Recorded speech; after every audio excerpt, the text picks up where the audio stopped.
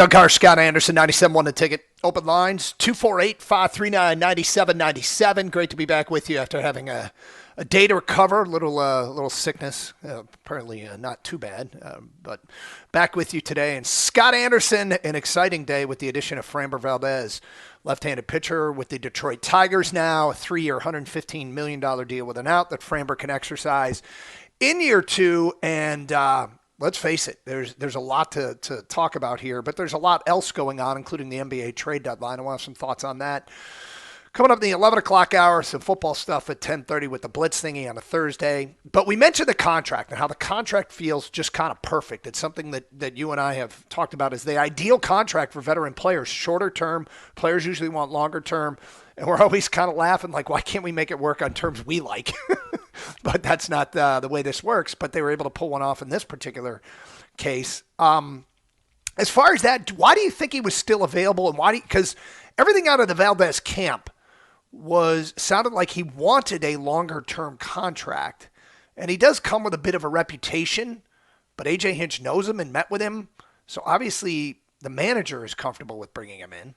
Well, I mean, the reputation stems from what? The one incident where he's on the mound, he's unhappy with his catcher, and he crossed up his catcher on purpose and threw a fastball There's more right than his that chest. there's more than that from what I've been told, but that's one that was certainly public. And it's a big one. But I would also assume they kind of worked that out. The fact that he's worked with A.J. Hinch before, because he's been a lifelong Houston or a career-long Houston Astro and was there when A.J. Hinch was there, I think this comes across as being a brilliant signing by the Tigers, and maybe this is the inside track that they needed to have that we thought they had with Bregman a year ago. They thought they had that, right? You've got A.J. Hinch, Alex Bregman. Here's a picture of them outside a cafe and talking and stuff. And hey, are the Tigers going to get him? Looks like they're going to. No, they didn't get him.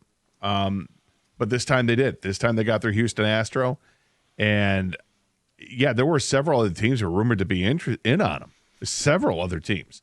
And it sounds like the Tigers just came in, made their best offer, and it was too much to refuse. I think they clearly paid more money than the other teams are willing to pay. And on the these days, these short-term deals become really appealing, particularly if you can get out after two and you prove yourself. If you're Framber Valdez, think about pitching as well as you've pitched. Now you're going into Comerica Park to pitch half your starts?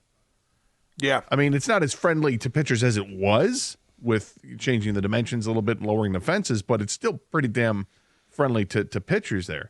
So I think if you look at it from his standpoint, he can pitch well in 2 years, opt out, and then sign another 4-year deal that's going to set him up for the rest of his life, or not, or it just works out with the money he's got. It's a pretty good position to be in, and it was very aggressive by the Tigers.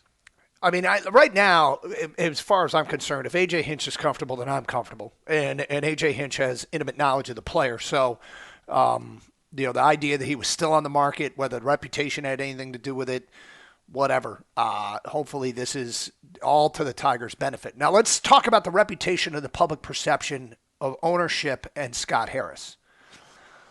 This all comes after a Monday where I chumped them, remember, because they did not get a Eugenio Suarez and another contract that we thought just looked like a perfect type Tiger contract. On Tuesday, Scott, I launched into about a 10-minute, that wasn't a rant, but admitting that I was starting to have eroding faith in this organization, that the patience that I have preached will never pay off. I was getting concerned.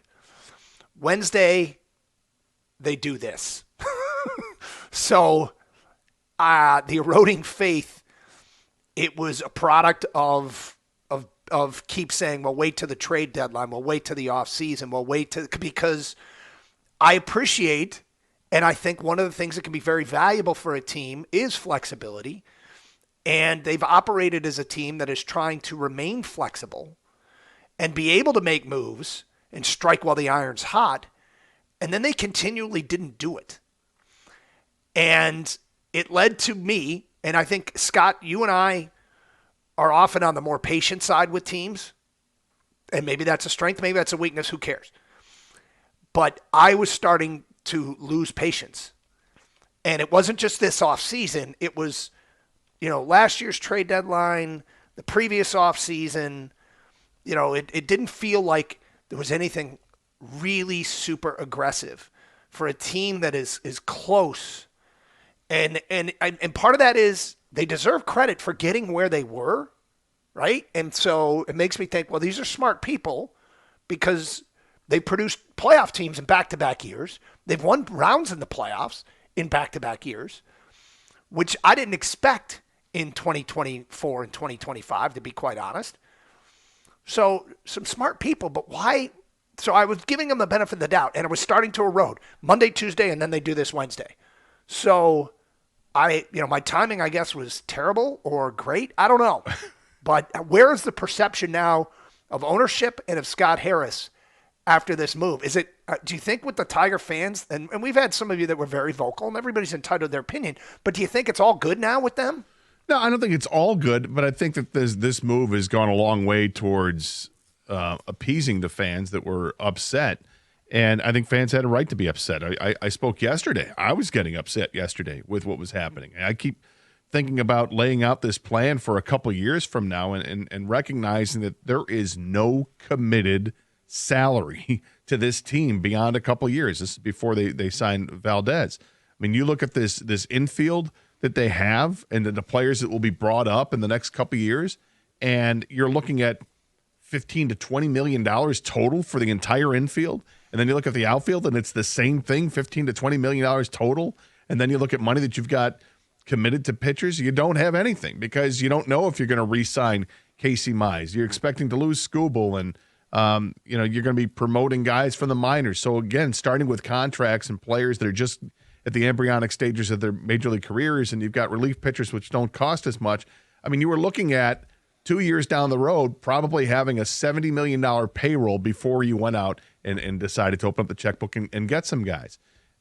This move doesn't really change that. All it does is it adds one of those pitchers to the mix, and even then, it's only for a year because it's a 3-year deal, and he may or may not be on that team. So there's tons of flexibility with this team, and this kind of extends the runway to see if guys like McGonigal and Clark can hit the ground running with this team, either right ready to start the season or by mid-season when they make other call-ups. But I think that this does go a long way towards making fans breathe a little easier. And you add that to the fact that this was done before any knowledge of what happens today with the arbitration hearing, if they've saved themselves $13 million or not. What I'm excited about is that, not that my way is the best way, because I don't think my way is the best way. Scott Harris is a really smart guy. He knows what he's doing. But I think what it shows is that either this is part of his plan, or he's recognized that mistakes he's made in the past, and he's going to have to change that up. You can't keep throwing your chips in on a guy like an Alex Cobb or a Kenta Maeda or, a Charlie Morton or whatever these other guys are, and hoping that they can get fettered up and make some kind of difference. Sometimes you got to take the chance on a bona fide free agent player or somebody in trade that's a bona fide all-star, and that's what they've done now. So this is not doing it on the cheap and trying to rehab a Zach Gallen or a Chris Bassett or whatever. This is going for a guy that's a proven commodity in the league and one of the best left-handed pitchers in baseball, and now you're pairing him up with Tarik Skubal, and this is an exciting season, assuming that this is what they do. If they hang on to Skubal, there are options here, but let's just look at that one right now on its face value. The way the team is right now, it's a really good-looking starting rotation, and I think Vegas has already, chirped up the win total on this team by a few wins because of it.